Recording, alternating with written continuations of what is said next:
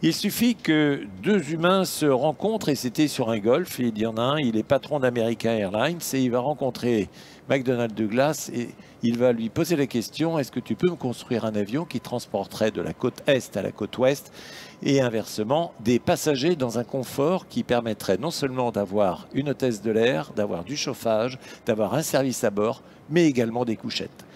Et donc, le constructeur va interroger son ingénieur qui avait déjà phosphoré sur un modèle qui était le DC-1, et cet avion va sortir des ateliers après que le patron d'American Airlines ait financé la fabrication et l'étude et la fabrication de ces avions en achetant les 50 premiers avions.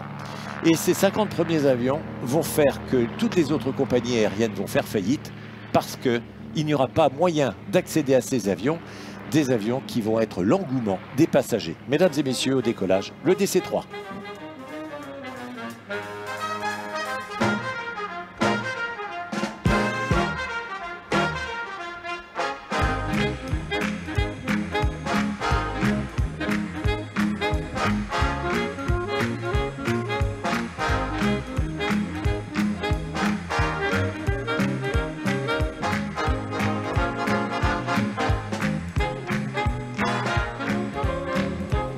Et dès sa création, cet avion, c'est une réussite. On va peut-être changer un peu de puissance, on va changer quelques petites choses dans cet avion, mais structurellement, il va rester à l'identique.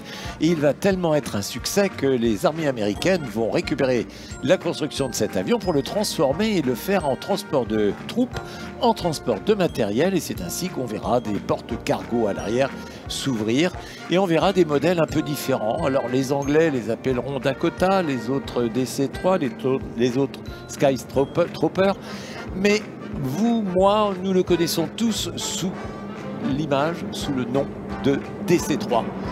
Bon nombre de vos parents, des nôtres également, ont été ces parachutistes qui ont quitté ces avions parce qu'on les retrouvera non seulement pendant la guerre, mais également après la guerre, et on les retrouve encore aujourd'hui en exploitation. C'est aux États-Unis. En Europe, il y en a plus que quelques-uns qui sont aujourd'hui en démonstration dans les meetings aériens, et sur les 10 000 construits, c'était aux États-Unis. Sur les 5 000 construits en URSS sous licence ou les 300 qui ont été ensuite construits au Japon, eh bien ces avions étaient capables de parcourir 3000 km à une vitesse d'environ 300-330 km/h. Ces avions se poseront sur la neige, ils se poseront sur la glace, ils se poseront sur l'eau, ils se poseront y compris même dans des endroits totalement improbables. Et Jean-Claude Brouillet, qui était celui qui a écrit le livre sur la création de Air Gabon, eh bien cet homme qui arrivait avec voilà, beaucoup d'astuces à se poser sur des terrains difficiles avec des dragons, des petits avions, un jour il va découvrir que les pilotes d'Air France se sont posés sur ces terrains quasi inaccessibles. Cet avion, qui est donc le père de l'aviation commerciale, c'est Hugues Duval. Et Hugues Duval, c'est cet homme que nous avons vu tout à l'heure dans le Fouga Magister, ce petit avion rouge biréacteur. Eh bien, il est aux commandes de cet avion. Il est lui-même commandant de bord sur 777 chez Air France. Et il a à ses côtés Benjamin Nuttall, qui est le chef de secteur du 777. Ne pensez pas qu'il y a une connivence entre les deux qui existe par voie hiérarchique. Ils sont amis depuis très longtemps, ils ont commencé quasiment à piloter ensemble, et tout cela les a amenés à faire de leurs rêves des réalités. Cet avion, Cédric Mahler, c'est le responsable technique qui, à Rennes, ayant récupéré cet avion avec beaucoup de défauts, a refait intégralement cet avion et il l'a rendu quasiment neuf. Et cet avion aujourd'hui, eh bien, il est le seul en Europe à pouvoir transporter des passagers parce qu'il est le seul à avoir obtenu un CDN, c'est-à-dire un certificat de navigabilité qui lui permet de transporter les passagers.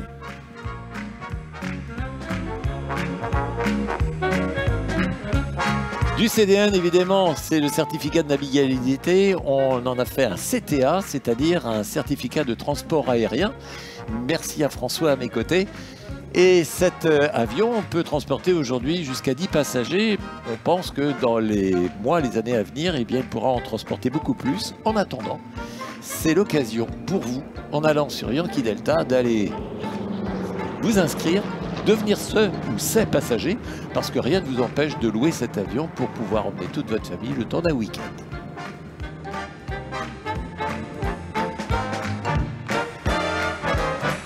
Cet avion devenu bon à tout faire, à l'arrière on y a mis un crochet, on a tracté des planeurs, il y a même, si vous regardez YouTube, il y a des scènes incroyables où ces avions avec des cordes et un treuil à l'arrière, eh bien allaient récupérer des humains qui étaient au sol, l'avion étant en vol et ces humains étaient happés littéralement pour être extraits d'endroits dans lesquels ils étaient mis en danger.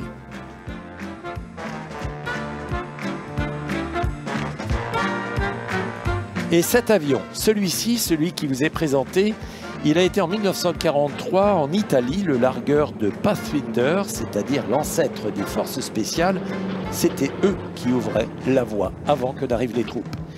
En 1944, cet avion assure les liaisons au-dessus de la Manche, puisque le débarquement ayant eu lieu, on va rapatrier les blessés en Angleterre. En 1945, cet avion est touché, c'est en Hollande, et il va quand même revenir à Châteaudun, en France, où il sera réparé. Après-guerre, il va retrouver un usage civil aux USA, et puis cet avion va devenir pour le TWA, un avion de la ligne, pour cette immense compagnie américaine.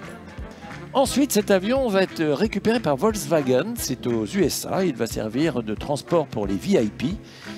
Et puis, cet avion va devenir l'avion d'un collectionneur qui ensuite va le céder à Hugues Duval, qui a le bonheur de vous le présenter aujourd'hui aux côtés de Benjamin Nuttall.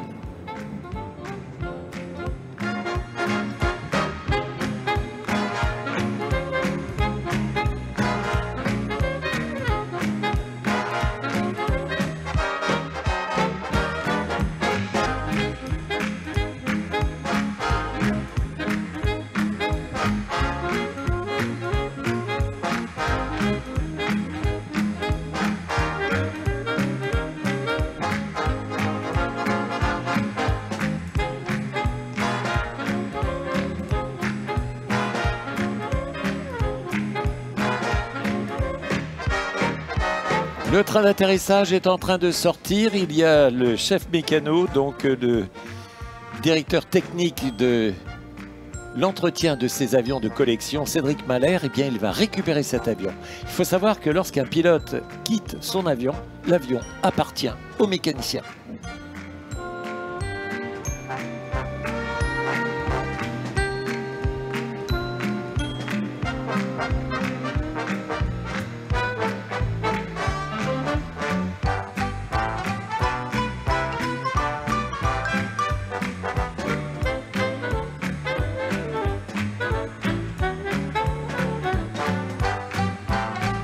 Vous découvrirez également que lorsqu'il a fallu alimenter Berlin, qui était enclavé par les soviétiques au lendemain de la guerre, eh bien ça a été un pont aérien qui a été réalisé et c'était jour et nuit, chaque minute, un avion qui décollait ou qui se posait à Teppenhof, le terrain d'aviation à Berlin, pour alimenter en bois, en charbon, en vêtements, en nourriture, en essence, en tout.